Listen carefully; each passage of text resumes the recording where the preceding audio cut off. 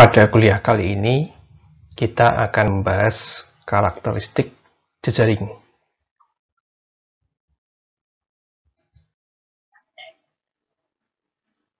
Ada banyak jenis jejaring menampilkan beberapa fitur dasar. 3 karakteristik atau fitur dasar jejaring yang akan kita pelajari kali ini adalah kesamaan antar tetangga, jalur pendek yang menghubungkan node-node, segitiga yang dibentuk oleh tetangga yang sama. Jejaring sosial memberi kita contoh kasus yang mudah dikenal untuk menggambarkan fitur-fitur ini. Dalam jejaring sosial, node mewakili orang, dan link mewakili berbagai jenis hubungan sosial seperti persahabatan, pekerjaan, kenalan, atau ikatan keluarga.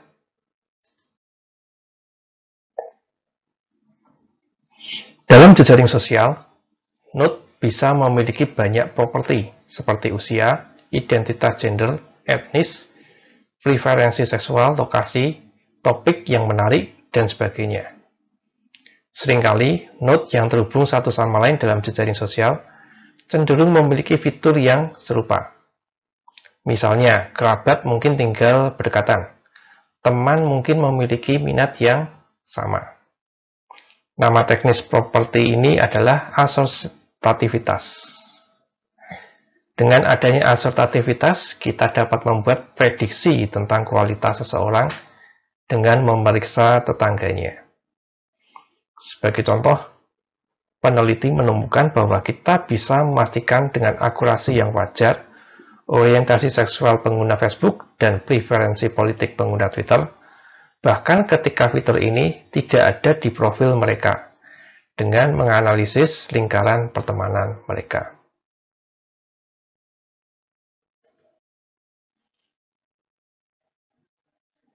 Beberapa faktor mungkin bertanggung jawab atas adanya asosiativitas di jejaring sosial. Jika orang-orang memiliki kemiripan dalam beberapa hal, mereka cenderung memilih satu sama lain dan menjadi terhubung. Contohnya orang-orang yang mempunyai olahraga atau hobi yang sama. Mereka akan saling terhubung.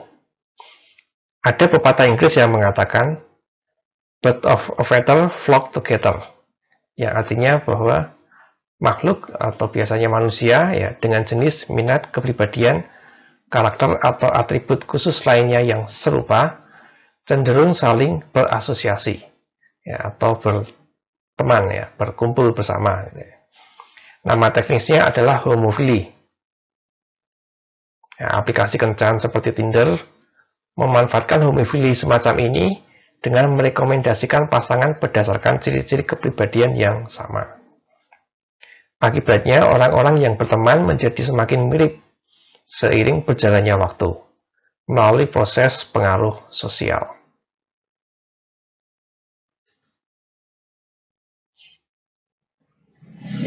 Ada sisi hitam homofili. Di media sosial, sangat mudah untuk terhubung dengan orang-orang yang mempunyai persamaan pandangan dan berhenti berteman atau berhenti mengikuti orang-orang dengan pendapat berbeda. Selain itu, informasi dapat disebarkan dengan cara yang selektif dan efisien untuk mempengaruhi pendapat kita dengan sangat efektif. Mekanisme ini dapat menyebabkan segregasi dan polarisasi komunitas online kita. Segregasi itu pemisahan, ya berpisah. Polarisasi itu pengerucutan. Ketika kita dikelilingi oleh orang-orang yang mencerminkan pandangan kita sendiri, kita berada di ruang gema. Semua informasi dan pendapat yang kita paparkan mencerminkan pandangan kita sendiri dan menegaskan atau memperkuat ide-ide kita daripada menantangnya. Jadi kalau kita dalam sebuah ruangan ya yang menghasilkan gema gitu ya. Kalau kita bicara, maka akan memunculkan gema, itu suara kita akan terulang kembali. Ya, itu yang disebut gema ya.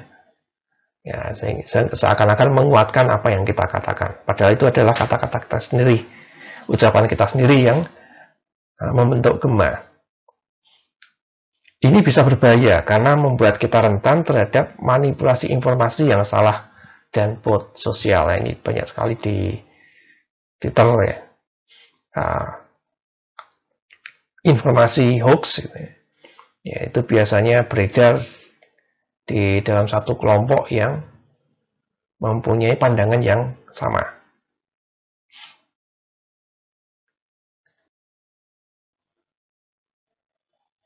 Kita dapat menghitung asertativitas jejaring berdasarkan atribut node yang diberikan.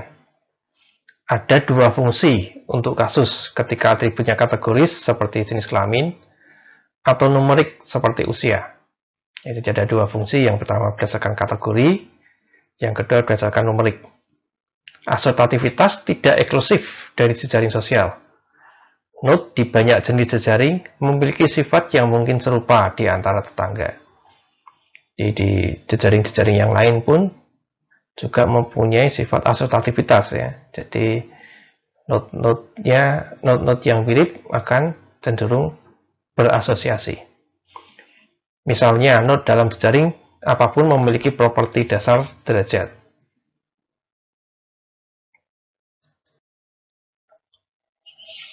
Asertativitas berdasarkan derajat disebut derajat asertativitas atau derajat korelasi. Ini terjadi ketika node derajat tinggi cenderung terhubung ke node derajat tinggi lainnya. Sedangkan node derajat rendah cenderung memiliki node derajat rendah lainnya sebagai tetangga. Jadi yang derajat tinggi berkumpul dengan derajat tinggi, yang derajat rendah berkumpul dengan derajat rendah.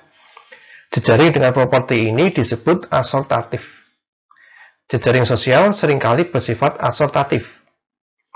Jejaring di mana node derajat tinggi cenderung terhubung ke node derajat rendah dan sebaliknya disebut disasortatif. Web, internet, jejaring makanan, dan jejaring biologi lainnya cenderung disasortatif.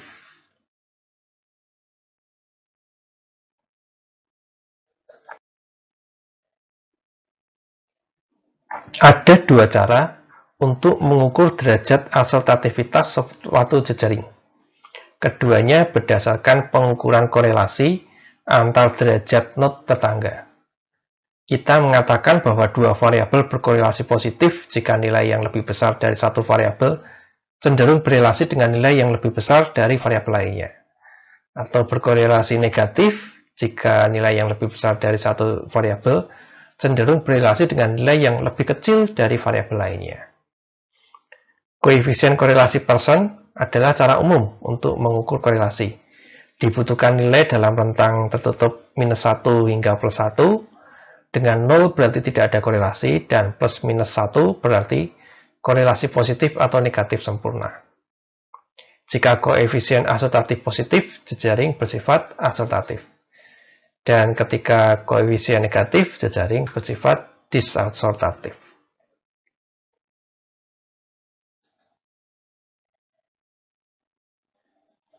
Metode kedua didasarkan pada pengukuran derajat rata-rata tetangga dari node I. Rumusnya nih, KNNI sama dengan 1/KI sigma J AIJ kali KJ. Dengan AIJ sama dengan 1 jika I dan J adalah tetangga, dan sama dengan 0 jika bukan. Kita definisikan fungsi K nearest neighbors atau KNNK untuk node dengan derajat K tertentu sebagai rata-rata KNNI di semua node dengan derajat K. Jika KNNK adalah fungsi menaik dari K, maka node derajat tinggi cenderung terhubung ke node derajat tinggi. Oleh karena itu, jejaring bersifat asortatif. Jika KNNK menurun dari K, jejaringnya bersifat disasortatif.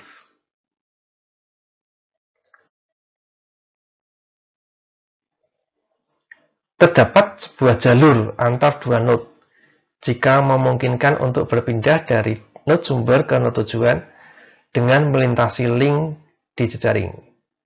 Ya, jadi ada jalur jika kita bisa dari satu node ya, node sumber, kemudian melintasi link gitu ya, sampai ke node tujuan. Jalur adalah urutan link yang dilalui. Jumlah link dalam sebuah jalur disebut panjang jalur. Bisa jadi ada beberapa jalur antara dua node yang sama. Jalur-jalur ini bisa memiliki panjang yang berbeda, dan berbagi atau tidak berbagi beberapa link yang sama. Jadi jalurnya linknya bisa berbeda sama sekali, atau bisa juga beberapa link sama, beberapa link berbeda.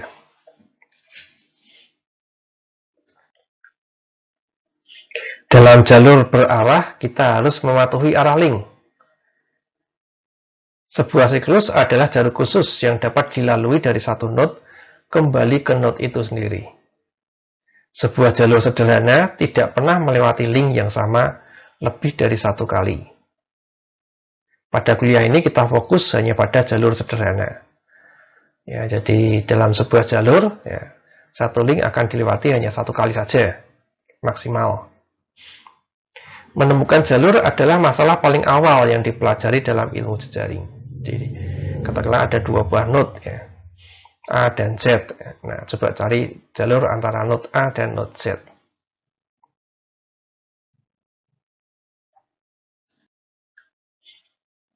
Jarak antara dua node didefinisikan sebagai jumlah minimum link yang harus dilalui dalam jalur yang menghubungkan dua node. Suatu jalur disebut jalur terpendek dan panjangnya disebut panjang jalur terpendek. Bisa jadi ada beberapa jalur terpendek antara dua node. Yang jelas semuanya harus memiliki panjang yang sama, ya, karena harus sama-sama pendeknya. Kalau ada panjang yang berbeda, ya berarti salah satu itu yang terpendek, yang lainnya bukan yang terpendek. Untuk menghubungkan struktur dan fungsi jejaring, penting untuk mempertimbangkan keterhubungan suatu jejaring. Keterhubungan mendefinisikan banyak properti dari struktur fisik jejaring. Misalnya, keterhubungan akan memungkinkan kita untuk mempelajari kekokohan jejaring. Ingat bahwa jumlah link dalam jejaring dibatasi oleh jumlah node.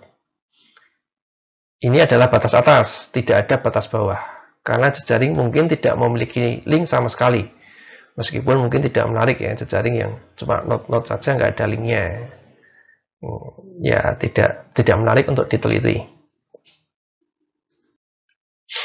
Seperti yang akan kita bahas di pertemuan berikutnya, semakin tinggi kepadatan jejaring, semakin besar kemungkinan jejaring terhubung. Semakin sedikit link dan semakin rendah kepadatannya, semakin tinggi kemungkinan jaring terputus atau tidak terhubung, ya. Sehingga terdapat beberapa node atau kelompok node yang tidak dapat dijangkau satu sama lain. Jadi yang membentuk cluster, yang membentuk kelompok-kelompok gitu, ya. Ya, pada pertemuan sebelumnya kita sudah pernah lihat contoh ada jejaring yang ada beberapa kelompok yang terpisah. Jika link tidak terhubung, kita mengatakan bahwa jejaring itu terputus. Jejaring itu terdiri dari lebih dari satu komponen yang terhubung, atau sederhananya lebih dari satu komponen. Ya, kelompok-kelompok itu merupakan komponen-komponen.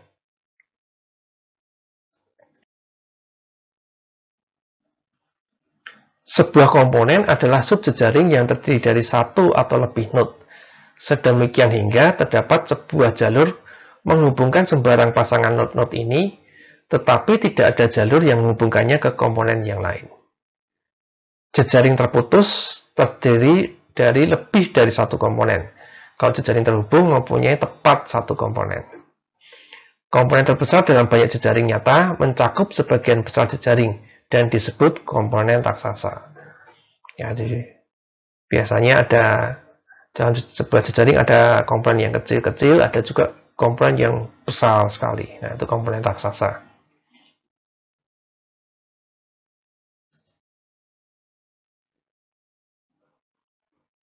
Dalam jejaring berarah sedikit lebih rumit karena kita harus memperhatikan arah node ketika menentukan apakah suatu node dapat dijangkau dari node yang lain. Kita tentu saja dapat mengabaikan arah link dan memperlakukan link seolah-olah tidak berarah. Dalam hal ini, kita mengacu pada komponen sebagai terhubung lemah. Dalam komponen terhubung kuat, setidaknya ada satu jalur berarah antara setiap pasangan node di kedua arah. Ya, misal dari node A ke node B, ya, ada Maka ada jalur dari node A ke node B dan node B ke node A. Itu yang terhubung kuat. Kalau hanya salah satu jalur saja, berarti itu terhubung lemah. Dalam jejaring antar komponen yang terhubung kuat, setidaknya ada satu siklus berarah dari setiap node. Ya. Jadi setidaknya ada satu ya, siklus dari setiap node. Siklus tadi adalah jika ada jalur yang kembali ke dirinya sendiri.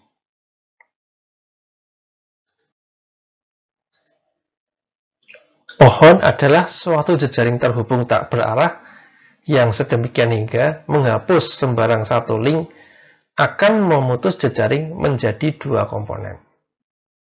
Pohon tidak mempunyai siklus. Pohon bersifat hierarkis. Kita dapat mengambil sembarang node dan menyebutnya root. Tiap node dalam sebuah pohon terhubung ke sebuah node induk dan ke satu atau lebih node anak, kecuali root. Ya, dia tidak mempunyai induk, dan daun, leaf, ya, tidak mempunyai anak.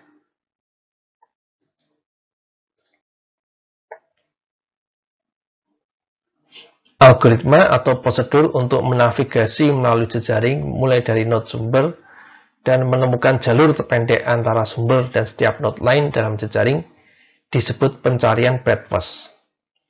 Idenya adalah bahwa kita mengunjungi seluruh lebar atau luas jejaringnya dalam jarak tertentu dari sumbernya sebelum kita pindah ke kedalaman yang lebih besar, lebih jauh dari sumbernya. Jadi node-node yang kita kunjungi adalah node-node yang jaraknya sama dulu, jarak yang terdekat lebih dahulu.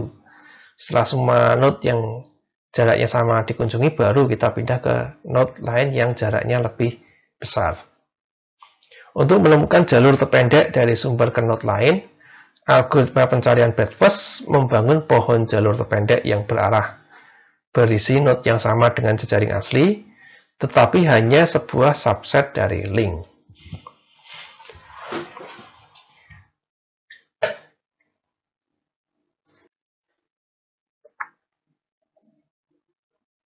Panjang jalur rata-rata mencirikan seberapa dekat atau jauh kita mengharapkan node berada dalam jejaring. Secara intuitif, dalam jejaring grid-like, ya, jejaring seperti grid, ya, seperti jejaring jalan atau jejaring listrik, jalurnya bisa panjang. Apakah ini tipikal dari banyak jejaring dunia nyata? Mari kita mulai dengan mempertimbangkan beberapa jejaring sosial, di mana pertanyaan ini telah dieksplorasi secara ekstensif. Ya. Sudah ada yang melakukan penelitian sebelumnya. Ini. Jejaring co-authorship, ya, ini penulis rekan, gitu ya, adalah jenis jejaring kolaborasi sosial yang dipelajari dengan baik karena relatif mudah untuk mengumpulkan data tentang node dan link.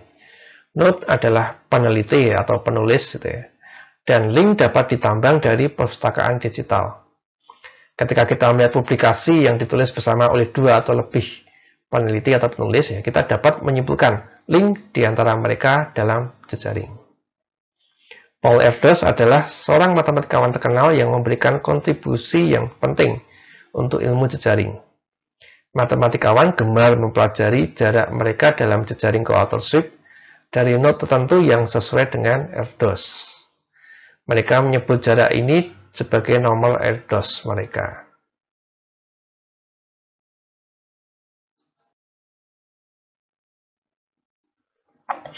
Banyak matematikawan memiliki bilangan Erdős yang sangat kecil.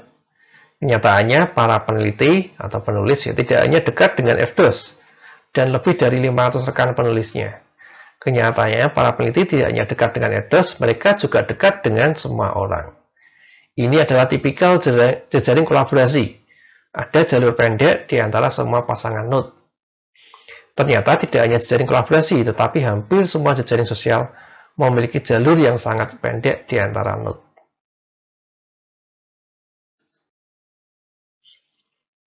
Gagasan tentang 6 derajat pemisahan adalah setiap dua orang di dunia ini dihubungkan oleh rantai teman yang pendek.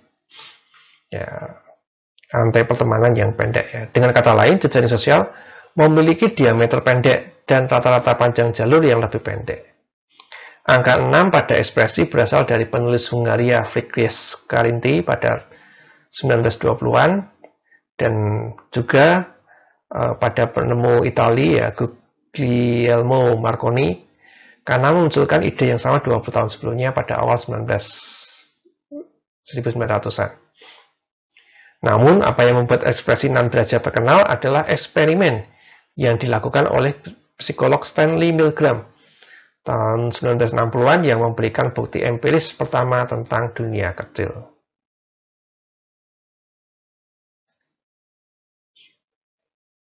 Di jejaring sosial, jika Alice dan Bob adalah teman Charlie, kemungkinan besar mereka juga akan menjadi teman satu sama lain. Jadi Alice dan Bob kemungkinan besar juga berteman, karena dua-duanya adalah teman dari Charlie. Dengan kata lain, ada kemungkinan besar seorang teman dari teman saya juga adalah teman saya juga. Ya, seperti ya, kalau Anda punya dua teman kuliah ya, sebut aja A dan B gitu ya. Maka ada kemungkinan besar ya, A juga teman kuliah B. Ini diterjemahkan ke dalam kehadiran banyak segitiga di jejaring. Segitiga adalah sebuah triad, ya, sebuah himpunan terdiri dari 3 node, dengan tiap pasang node adalah terhubung. Konektivitas antara tetangga dari node merupakan fitur penting dari struktur lokal jejaring, karena menangkap seberapa erat, merajut, atau berkerumun node tersebut. Jadi seberapa banyak tetangga dari node tersebut ya, dan tetangga dari tetangganya pasti juga saling terhubung juga.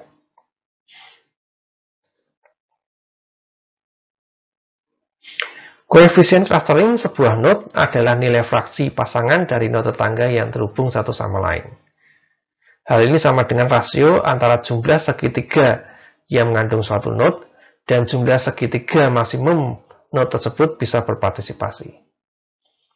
Dengan mengambil rata-rata koefisien clustering di seluruh node, kita dapat menghitung koefisien clustering untuk seluruh jejaring. Koefisien clustering yang rendah atau mendekati 0 berarti jejaring memiliki sedikit segitiga. Sedangkan koefisien clustering yang tinggi mendekati 1 berarti jejaring memiliki banyak segitiga. Jejaring sosial memiliki koefisien clustering yang besar. Sebagian besar dari semua kemungkinan segitiga hadir dalam jejaring sosial. Nah, itu adalah materi kita hari ini. Ya, kita pelajari ada beberapa karakteristik jejaring.